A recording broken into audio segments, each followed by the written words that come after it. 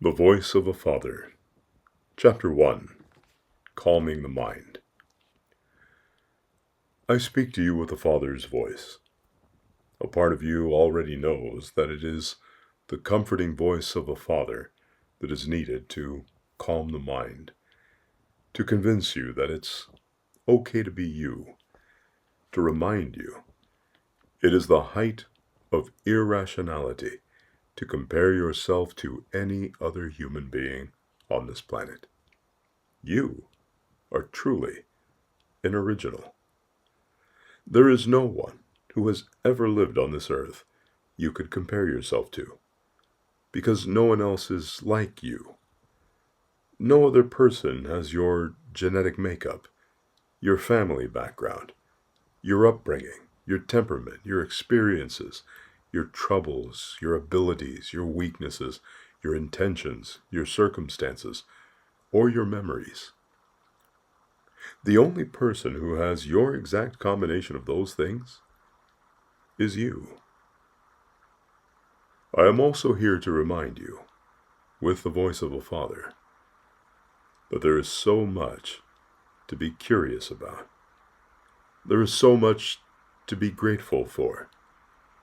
To remind you that life is a gift, that life is beautiful.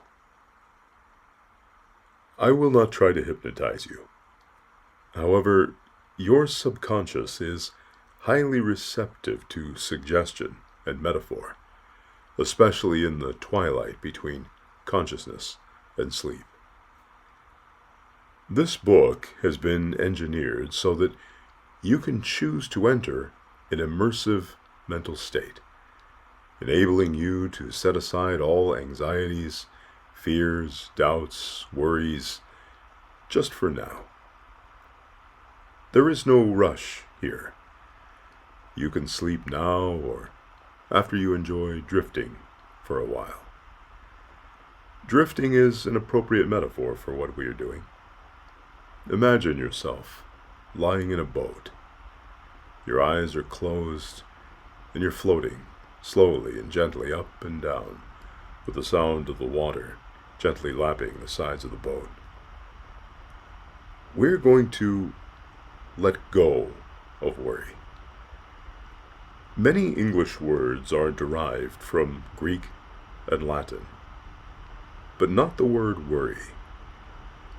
The word worry comes from an old Anglo-Saxon word, virgan, which literally means to choke or to strangle. Isn't that a good analogy for how emotionally constrictive worry and anxiety can be? Anxiety is like a heavy weight that sits on your chest but doesn't do you any good. It only robs you of peace and joy. So let's get rid of it, just for now. It would be a good time to activate your parasympathetic nervous system. This is your rest and digest nervous state. You have likely heard of the fight or flight response. That is your body's automatic physiological reaction to perceived danger. It activates the body to either confront a danger or take flight, thus increasing the chances of survival. Animals do this all the time. When a gazelle is grazing on the African savanna and spots a leopard charging toward it, the fight or flight response kicks in. The amygdala in the brain triggers the sympathetic nervous system. Adrenaline floods into the bloodstream. Breathing speeds up for more oxygen. As the heart pounds faster, oxygen-rich blood is pumped into the muscles.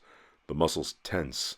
Blood rushes to the legs as escape is prioritized over everything else. The gazelle's pupils dilate for sharper vision to track the leopard's movements, while there is a surge of glucose for instant energy. The gazelle bolts at top speed and gets away.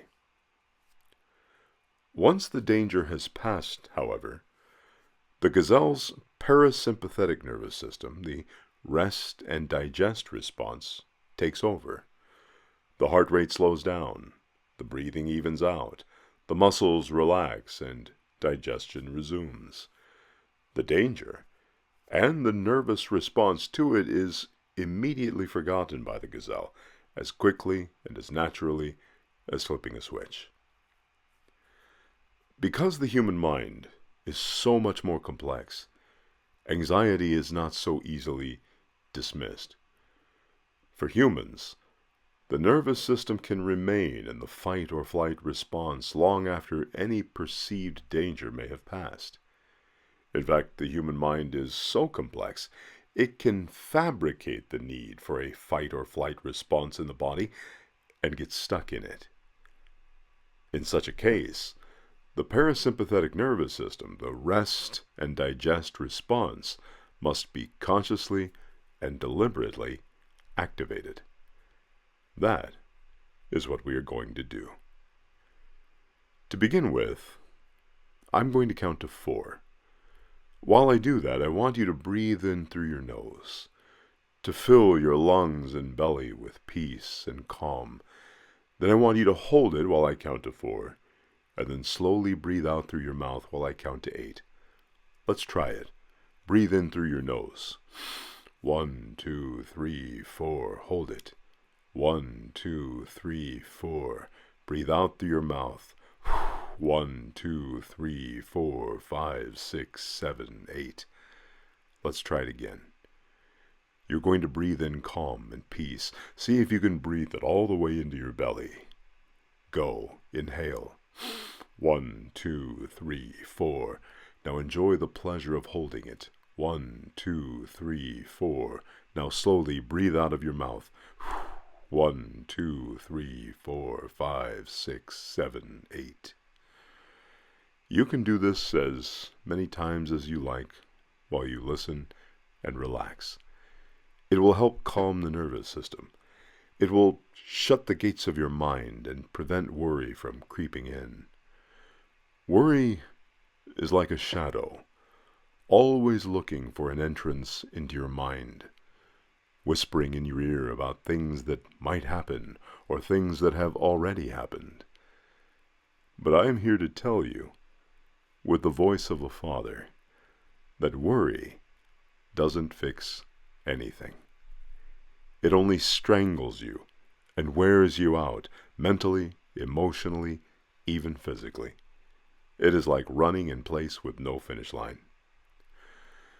Lucius Annius Seneca was a Stoic philosopher in Rome who lived 2,000 years ago. He was a philosopher, a statesman, a playwright, and was for a time the tutor and counselor to Emperor Nero of Rome. Like many of the Roman Caesars of the Julio-Claudian line, such as Tiberius and Caligula, history is not kind to Nero. But the first 5 years of Nero's reign were considered a period of relative stability and good administration. In Latin it was called the Quinquennium Aureum, or the Golden 5 Years. This is largely credited to the influence of Seneca. Seneca essentially said, "We suffer more in our imagination than in reality." And I assure you this is true. Our periods of mental anguish are not spawned by reality, but from our fear and distorted perception regarding events that, in all likelihood, will never happen. Mark Twain said toward the end of his life, "I am an old man, and I have known a great many troubles, but most of them never happened." It has been proven, empirically, that most of the things people worry about never happen. Now, if you worry about something and it never happens, what have you done? You have suffered in your mind for nothing. If you worry about something and it does happen, what have you done? You have suffered twice, once in your mind and once in the real world. Worry is a thief and an ingrate. It robs you of your joy and your peace while giving nothing in return.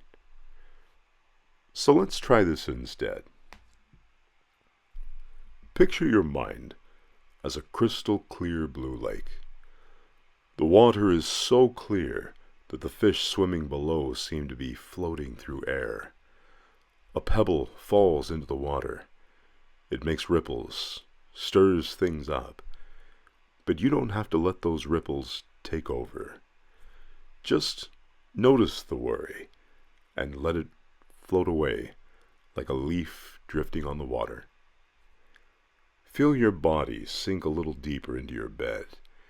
You might notice a growing sense of calm as your shoulders begin to soften. If your eyes are closed, try moving them from side to side behind your eyelids as you listen. This will reinforce the rest and digest nervous response. I'm going to tell you a secret. The only way to calm your mind is if you make the conscious decision to be happy. Many people view happiness as a noun, a thing that exists somewhere out there. Others view happiness as an adjective that just describes certain people. But I want you to understand that happiness is a verb, an action, a choice. There is so much power in choosing to be happy. If you choose to be happy, you will choose to stop worrying about events over which you have no control. If you choose to be happy, you will choose to live in the present, this moment, right now. If you live mentally in the past, the most likely result will be pain. The most likely scenario is that you will feel sadness, or perhaps anger over loss or regret. Why is that? Because your mind has the ability to not only recall past experiences, but to actually relive the feelings. But in reality, the past is gone. It isn't even real. Try to touch the past. Try to grab a handful of the past. You cannot, because it only exists in your imagination. And because it only exists in your imagination, you can choose to imagine it away. Like a balloon drifting up above your head, above your roof, above the houses, above the buildings, above the trees, above the hills, until it's just one tiny dot high up in the air. And now it's gone. Just like the past. For some of you, what I am about to say will affect you profoundly. If there is something you regret, something you wish you had done differently, and there's nothing you can do about it now, I give you permission, with the voice of a father, to release your guilt and let it fly away.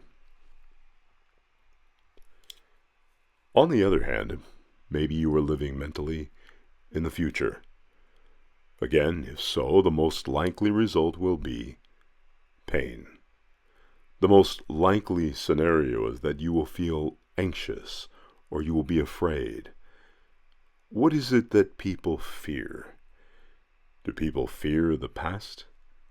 Not really. The past has already occurred. In fact, it doesn't even exist anymore. Do people fear the present? Unless they are in a terribly traumatic situation, the answer is no. And since you are listening right now, the answer is probably no. You do not fear the present. What people fear is the future. What will happen, or more accurately, what might happen. Which means they also fear what might not happen. In either case, people fear that which does not exist. Instead, we're going to live right now, in the present, in this moment of calm and tranquility. Your mind might be full of thoughts about the past or about the future, whatever might be the case. I want you to imagine your mind like a big sink full of water. In your right ear is a drain plug. I want you to envision pulling that drain plug and smile as you sense the water with all of those stressful thoughts draining out, just pouring out and flowing away until it's completely and totally empty. The human mind is very much like a conveyor belt, constantly spitting out a new thought. Even though it is your mind dwelling within your body, you have no way of knowing what you will think of next. But if that thought is troublesome, maybe we can try this exercise. Envision yourself at the front of a huge ship. You are looking over the edge, watching the bow of the ship cut through the deep blue ocean water, creating a white-capped wake. You can hear the seagulls. You can hear the sound of the ship forcing its way through the water. You can hear the sound of the wind all around you. Any troublesome thought that begins to enter your mind, just take it off the top of your head and smile as you drop it over the edge of the ship and watch it fall down, down, down, until it disappears into the dark blue water.